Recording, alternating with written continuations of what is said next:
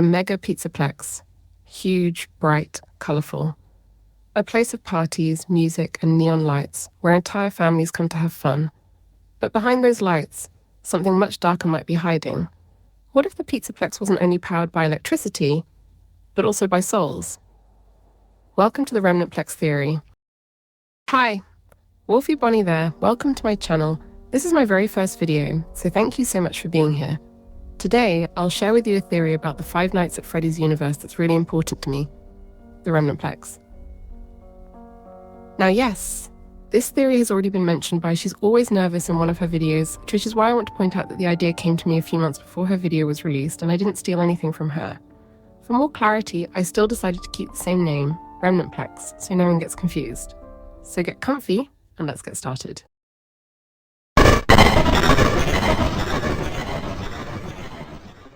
To understand this theory, we first need to understand what is Remnant. Remnant is a substance unique to the Five Nights at Freddy's universe. A fusion of soul, or more precisely memories and metal, created at the moment of a person's death. In the epilogue of Fazbear Frights number 11, Prankster, Dr. Talbot explains, in non-scientific terms, it's like the metal is haunted. It's more complicated than that, of course, but it's similar to the way that water conducts electricity. Remnant is the mixing of the tangible with the intangible, of memory with the present. The people and things that are lost, it makes them almost real again. In other words, it's what makes that the animatronics are haunted. But we also learn in Five Nights at Freddy's AR special delivery that Remnant can be used to power animatronics, working as a direct energy source. And that is exactly what matters for this theory. Now that we know what Remnant is, let's get to the theory itself. Several clues led me to believe that the Pizzaplex is actually powered by Remnant. After many playthroughs of Security Breach and Ruin, I started noticing some disturbing details and asking myself questions like, why the animatronics don't need to recharge anymore after the destruction of the Pizzaplex? Because let's be honest, there are no usable recharge stations left after that, except for Bone Trap Station, which we'll get back to later. Or, why do we hear children crying and screaming when we approach the wet floor bots while wearing the Vanny mask in the Ruin DLC? The more I played, and the deeper I got into the books, the Remnantplex theory started to feel like the obvious answer, especially since I was still new to the Five Nights at Freddy's universe at the time. I had just finished all the previous games, from Five Nights at Freddy's 1 to Ultimate Custom Night, and had just begun reading the Fazbear Frights and Tales from the Pizzaplex series. So all the information from both the games and the books was still fresh in my mind. So now, let's go through the evidence that led me to this theory. The idea for this theory first came to me while I was reading the Bobby Dots Part 1 in Tales from the Pizzaplex number 4, Submechanophobia.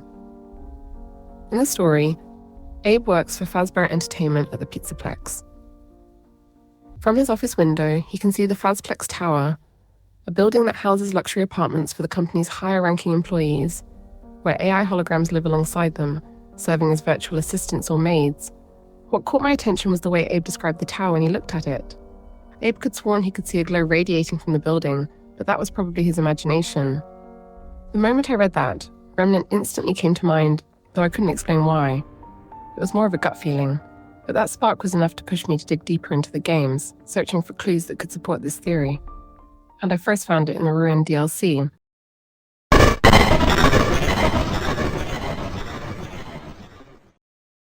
The first thing that really caught my attention is that, in Ruin, at one point, you enter a huge room filled with massive electrical machines that seem to power the whole Pizzaplex, which Helpy even calls the Upper East Server Room. You can actually see the names of some important locations in the Pizzaplex, like Lobby, Daycare, Monty Golf, or Cupcake. And around these machines, there are floating virtual pieces of animatronics, which is very strange already. But what struck me the most is that you can't remove the Vanny mask at this moment, as if the game deliberately avoids us to see the truth behind these power machines. I tried to figure out where this room could be located on the Pizzaplex map to check if it's a place we might have access to in Security Breach itself. But unfortunately, that's not the case. In Ruin, we reach this area by going behind the Cupcake Shop and exit through the Glamrock Beauty Salon, which would place it below the Rockstar Row.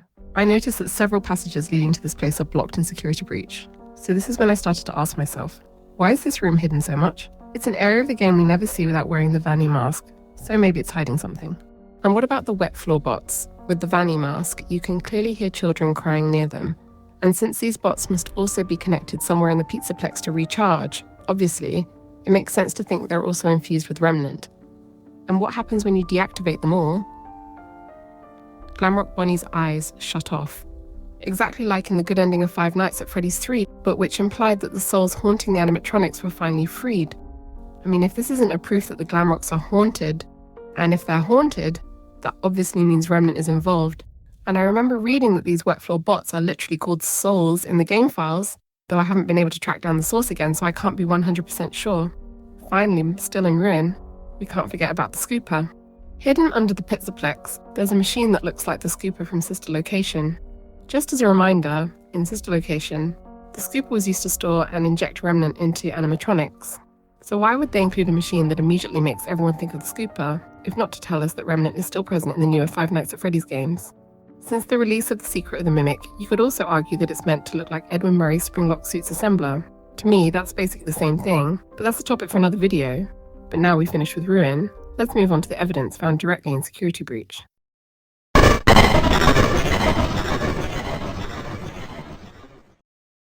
As I mentioned at the beginning of the video, in Five Nights at Freddy's AR, Remnant is used to power animatronics, and several of them have special abilities thanks to it. And precisely, the Glamrocks in the Pizzaplex receive special upgrades, which to me don't look like normal technology at all. I'm talking about the upgrades Gregory uses on Glamrock Freddy after defeating the other Glamrocks, like Roxy's eyes, which literally allow her to see through walls. Roxy sees things differently than others. This upgrade was meant to help her win races. However, there are some side effects. Sometimes she will stare and talk to the other bots through walls. Or Chica's beak, which disrupts the navigation of nearby animatronics. Don't let her sing. Messes with the navigation of the other bots. Horrible results when she sang during live performance. Staff bots dropped, serving trays, chaos, guest injuries, 12 lawsuits. Experimental voice box test failed. Replacement advised. And these kinds of abilities clearly remind me of how animatronics in Five Nights at Freddy's AR were upgraded.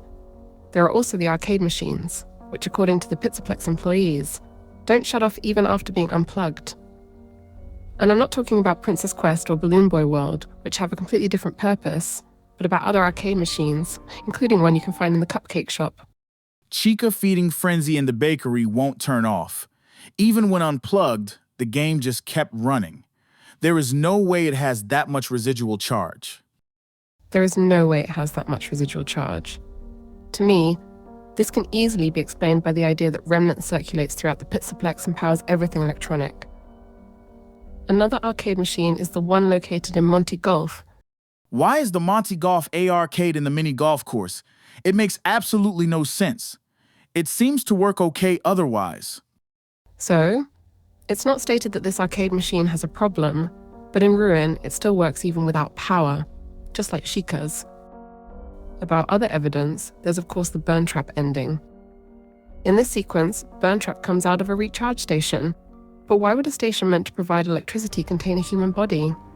In the book Tales from the Pizzaplex #1, Lally's Game, there's a story called Frailty.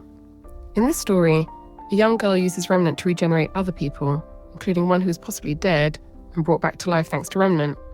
So if we assume that Steelwall intended burn trap to actually be William Afton when they developed the game, then this recharge station could very well be used to bathe him in Remnant in order to regenerate his body, simply because they already had this idea that the Pizzaplex was directly powered by Remnant.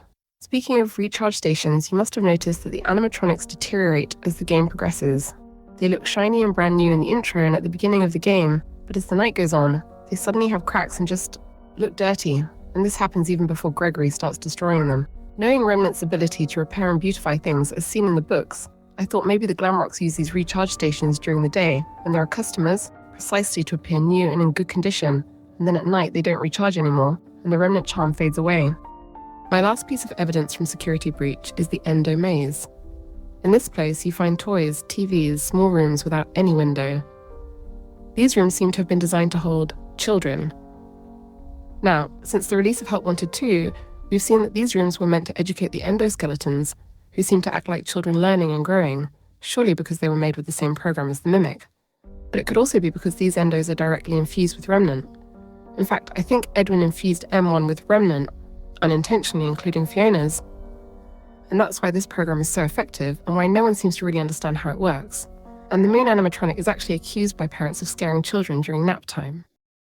My son never had sleeping problems, but after spending an evening in the daycare, he refuses to sleep with the lights out anymore. He just cries and cries. And then when I do let him keep the lights on, he wets the bed. If he had actually been programmed to capture children and take them to the endo maze so they could be used as a source of remnant, I can understand why kids would be so afraid of him.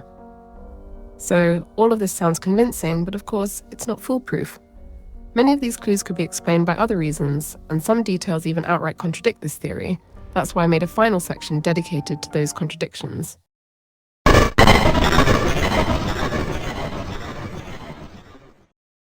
First of all, the power machines we see in Ruin could simply be regular electrical generators. After all, a building of that size would definitely need a massive power source, remnant or not, in order to function. The floating animatronic parts could just be a stylized visual effect. Next, the scooper.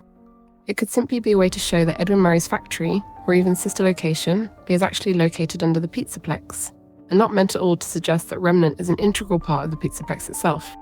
Maybe it isn't even a scooper after all. As for the recharge stations, the fact that Glamrock Freddy also deteriorates even though he keeps recharging contradicts this theory as well. The same goes for the Glamrock's special abilities. They could very well just be explained by advanced technology, plain and simple. And regarding the endo maze, Help Wanted 2 clearly showed that it was only used for the endoskeletons, and the reason it looks like a place designed for children is simply because these endoskeletons act like children before they learn and grow. On the other hand, I didn't find any contradictions regarding the cries heard near the wet floor bots, nor about Glamrock Bonnie's eyes shutting off after all of them are deactivated. Same for Burntrap's recharge station. I'm certain it wasn't meant to charge him with electricity, and even the arcade machines that stay on without being plugged in. In the end, we have to admit that it is never clearly stated in Security Breach or Ruin that the Pizzaplex runs on Remnant. This whole theory is based on details and interpretations. So what should we believe? Is the Pizzaplex nothing more than a simple amusement park, even though it hides many mysteries? Or is it the largest remnant factory ever created? Feel free to share your opinion in the comments.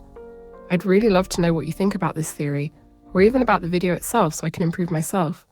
Thank you for watching my very first video, and I see you soon for the next theory. Wolfie Bonnie out.